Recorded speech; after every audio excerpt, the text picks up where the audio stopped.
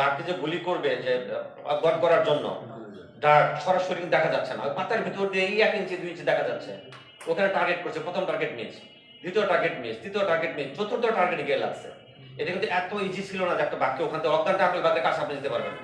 বাঘের যে অবস্থানটি, তার ডিহাইড্রেশন থেকে সে বেরিয়ে আসতেছে, পানি খাচ্ছে এখন।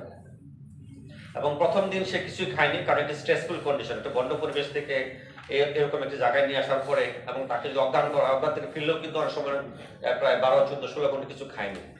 সেই হিসাবে 4 তারিখে বিকেলে অল্প 1-2 টুকরা খেয়েছে কিনা আমি জানি না, 5 তারিখে অল্প একটু খেয়েছে, 6 তারিখে প্রায় 1 কেজির মধ্যে খেয়েছে। আজকে সকালে আমরা যখন গিয়েছিলাম মাংস দেওয়া হয়েছে, আমাদের সামনে মাংস খেয়েছে। তাহলে সে কিছু, তাকে কিন্তু ফুল প্লেট মাংস দেওয়া হচ্ছে না, যাতে সে আস্তে আস্তে আস্তে আস্তে খায়। মাংসের ভিতরে আমাদের ওষুধ দিতে হবে, একবার ফুল পেট হয়ে গেলে ওষুধ দিতে পারবো না। এবং ইনজেকশন করে কিন্তু চিকিৎসা দেওয়া যাচ্ছে না, ইনজেকশন করে একবার চিকিৎসা দিলে সে তো ভয় পেয়ে যায়, গার্ড করে, সে কিন্তু আমাদের দেখলে ছটফট করে লাভ করবে।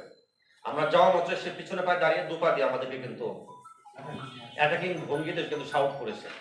তখন আমরা বুঝেছি যে বারটা কাজ করতেছে। সে তো নেচারই হয়তো স্ট্রেস ছিল বলেই খুব সহজে সে মানে হাতে পেরে গেছে। আমরা যেটা দেখছি তার যে স্ট্রাইটেড মাসেলগুলো আছে, গ্লুটিয়াল মাসেল, সামনের মাসেলগুলা শুকায়া ওখানে মানে বোন প্রমিনেন্ট হয়ে আছে, এই পরিমাণে তার ইয়াতে বডিতে ওয়াস্টিং আছে। তা এখন সে যে হান্টিং করবে, হ্যান্ডগুলাকে যে সে ব্যবহার করবে, তার মাসেলে যদি স্টেমিনা না থাকে, জোর থাকে, সে তো ওয়াইল্ডে যায় সার্ভাইভ করবে না। যখন আমরা দেখবো যে এই 3টে প্যারামিটার আমাদের উন্ড হিলিং, রিহাইড্রেশন এবং মাসেল ওয়াস্টিং রিকভারি, এটা যখন হয় তখনই আমরা ফিটনেস ঘোষণা করবো। আদারওয়াইজ আমাদেরকে সময় নিতে হবে। আমরা এইভাবে বলতে পারবো না যে 21 দিন পরে এটা ফিট হয়ে যাবে, 28 দিন পরে ফিট হয়ে যাবে। No, not like that. একটি বাঘ যেটি আমি ট্রাঙ্কুইলাইজ করেছি, তাই সে কিন্তু মাত্র 20-25 মিনিট ওইভাবে অবচেতন থাকবে, তারপর কিন্তু সে উঠে যাবে। তো আমাকে তা এইটুকু সময়ের মধ্যে নিরাপদে নিয়ে যেতে হবে, কিন্তু আমরা বাধার সম্মুখীন হয়েছি শুধুমাত্র এই অজ্ঞতাবশত।